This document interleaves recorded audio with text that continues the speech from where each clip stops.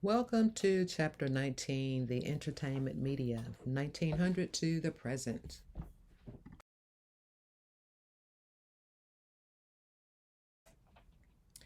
It just says that the entertainment media have now expanded from print to sophisticated interactive forms, and Americans' use of them continue to rise steadily. With the introduction of each new medium came dire predictions that an existing medium would disappear. And we saw that happen in the chapter about radio. We saw that newspapers were challenged when radio came on the scene, but newspapers managed to survive, as we did see. All entertainment media are finding ways to use the internet and mobile technology, and so we've seen that in recent years with traditional print media, magazines, radio, and as well as television. They've all had to develop an online presence to stay relevant in this age of the internet.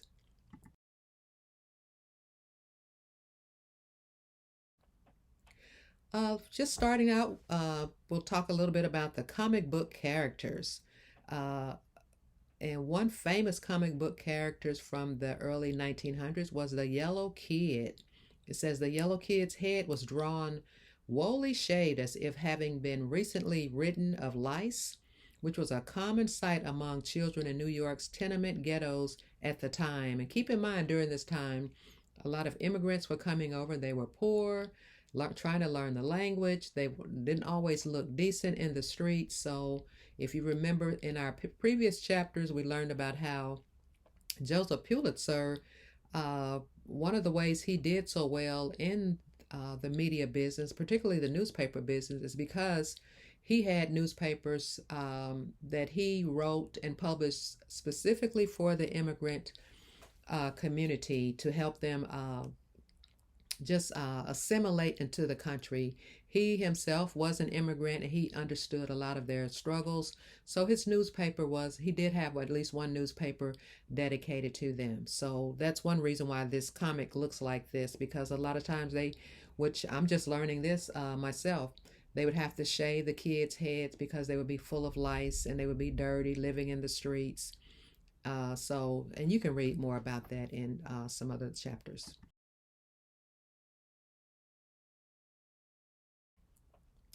Okay, some new technology. If you see this device here or this equipment on this page, it probably reminds you of some technology that we saw in the chapter on radio. It says in 1888, Emil Berliner's gramophone played music on flat discs that were stronger than Edison's cylinders and could be mass produced. And if you remember at the beginning of the radio chapter, we talked about one of the challenges that Edison had was that he was using really thin tin foil and it was not durable. So the idea of recording didn't set well because the tin was just not very durable that he was recording on. But anyway, this technology that you see here allowed musical performances to be stored and replayed. As pre-recorded music became widely available, the nature of music consumption changed, meaning if you can record it, you can probably mass produce it, which means it can be spread around, and then that would cause for the need for more of these devices to be purchased. So one thing leads to another, and new technologies require new devices to be purchased. And someone, once again, has figured out a way to turn this into a commercial success.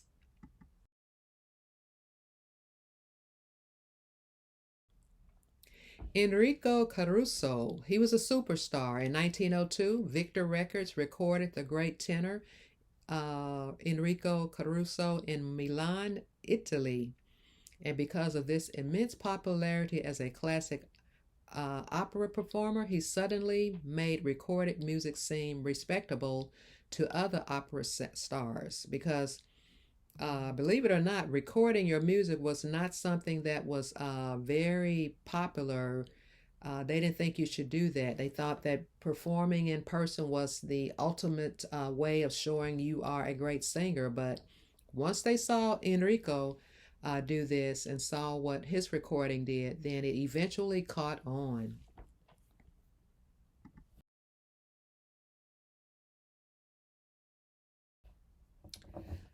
So the fad turns mainstream. At first, the public looked on the phonograph as a novelty, and once inventors made improvements in the performance and sound of the machine, however, people took notice and the phonograph sales jumped. And one of the people who found success doing this was Al Jarvis. What he would do is he would record and he'd be in the studio talking and acting like he was introducing the musicians, and he would pretend that he's having a show and he'd be right there at the set, and but he would be acting like he was an MC. Now keep in mind, this is not done on TV. This is really being done on radio, and it was called the Make Believe Ballroom, and it was a success because of the way he would highlight the records. And using his listeners' imaginations, Jarvis created the illusion of a ballroom full of dancers. And this is kind of what you see happening with the podcast.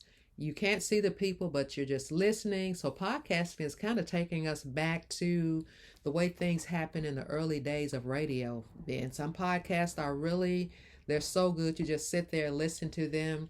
And I know podcasting became very popular during the pandemic when everybody was stuck at home and all we had were, excuse me, our computers and the internet. We would record and listen to people, and quite a few people became pretty popular during the pandemic because of what they did with podcasts. So I would say we can attribute all this to what people like Al Jarvis did back in the 1930s and 40s with a radio. And they're recording and performing for the listening ear.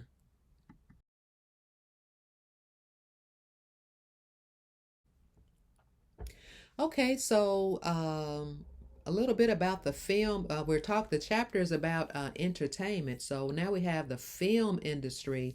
We have some new inventors. So ways of recording motion on film were first developed by photographers Etienne Jules Marey and Edward Muybridge in the 1880s. And you can learn more about Muybridge's contribution to the illusion of moving pictures at the link that I've provided here. And what he was challenged by this wealthy owner of racehorses, and the racehorse owner was saying he wanted to prove to people that all 4 feet of a horse's feet come off the ground at least once when they're galloping and running.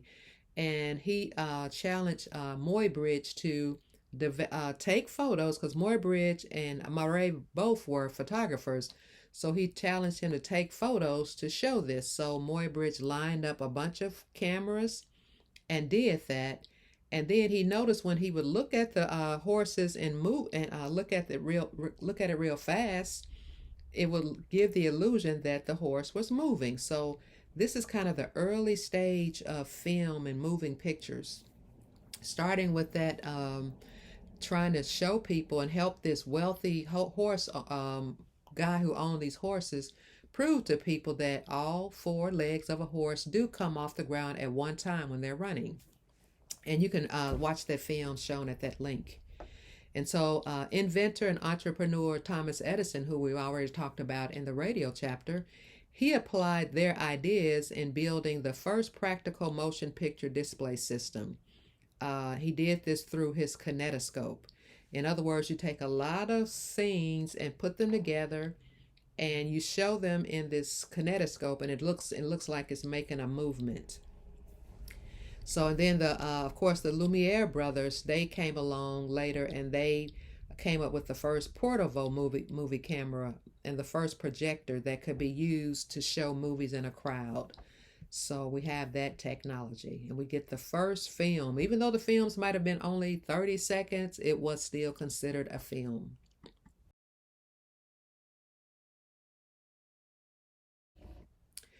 Okay, so we move on to the Nickelodeon and the technology that led to that. And we have Thomas Edison. Once again, he was succeeding financially with his first movie machine called the kinetoscope, which we saw in the earlier slide. It was a coin-operated peep show cabinet that contained a continuous loop of short film. And he didn't show a lot of interest in developing this projection system. But of course, someone else would come along later and they would see the potential of developing it. And then with the growing popularity of moving films, they moved into structures with the express purpose of showing movies. And so the early theaters were known as Nickelodeons, where audiences paid a nickel to see a silent film on a small screen with a pianist providing musical accompaniment. When not showing films, the Nickelodeons offered live stage performances. So you see this photo of this Nickelodeon right here. You can either show a film or people could gather and watch a live performance. Also, this slide talks about how these silent films, so to speak, they were really the first, they were the forerunners of what we do now in modern times with our films. Even though they use basic techniques, a lot of what we see filmmakers doing now with editing and close-ups and slow and fast motion shots and all of that, that was developed in the early stages, and we still use that to this day.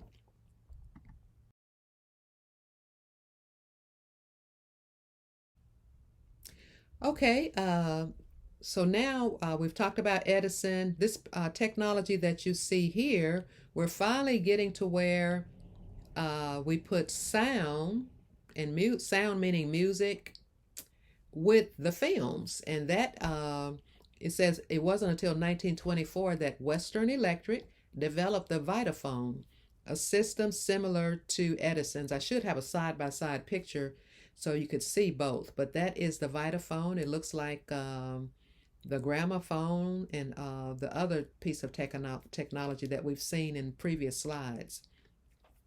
So the earliest Vitaphone pictures didn't synchronize voices with the films, but in 1927, the jazz singer, starring Al Jolson, did just that. This was the first full-length film with synchronized sound. And that is interesting. And we can synchronize sound with our films now. In fact, just the other day, my graduate students, we did an interview in class, and I had my iPhone going, and they were filming the interview of me interviewing our guest speaker. And lo and behold, 2 days later, they said they didn't get any sound on their the filming that the video recording they were doing. But they said, Dr. Fears, if you give us the recording file from your phone, we can synchronize it with our with the video that they made. So that's what I plan to do. I'll give them the audio, and they will put it on the film. We'll have not only the interview where with me sitting there and talking to my guests, but it'll have sound.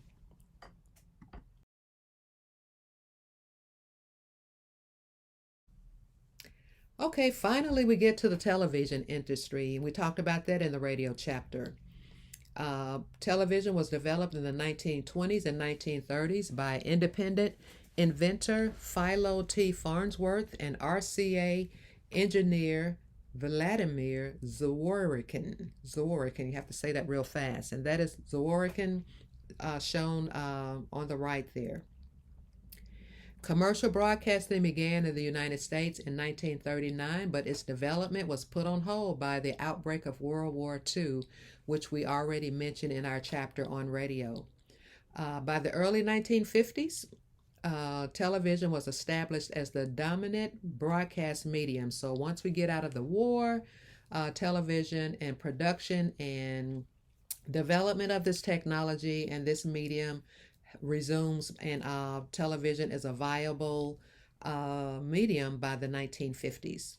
And then there's color television broadcasts that came into widespread use in the 1960s. And I told you about how I can even remember in the I guess it was the late 1960s, seeing maybe one color television show. I might have a memory, but I do remember a lot of the shows we watched on television while as a child living in Chicago.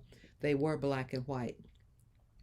So for the most part, TV, like movies, comic books, and music, has become under its share of criticism for program content. So what do we mean by that? The criticism.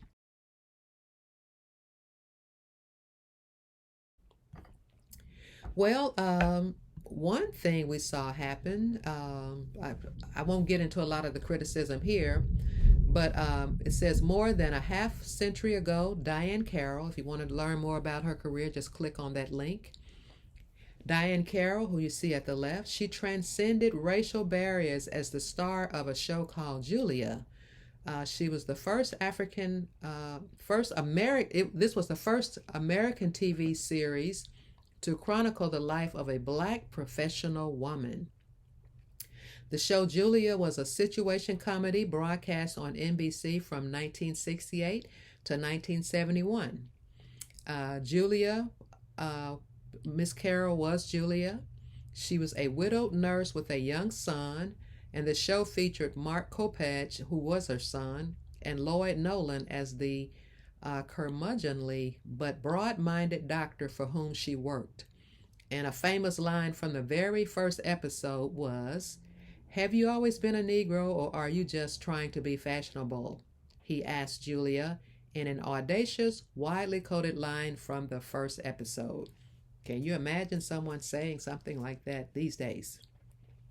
But anyway, I just add a little note at the bottom saying that you can learn more about Miss Carroll and her outstanding historic career by listening to an interview that was done with her on the History Makers. And the History Makers is a database of more than 2,000 interviews conducted with notable African Americans in America. And the History Makers database is available here at Arkansas State in our online library. So if you get a chance, go and look in that database and just learn about more people, particularly African Americans, who are famous for historical achievements in theater, journalism, music, engineering, you name it. That database is more than 2,000 interviews that you can watch. So this will end my brief comments about this chapter on entertainment in our book.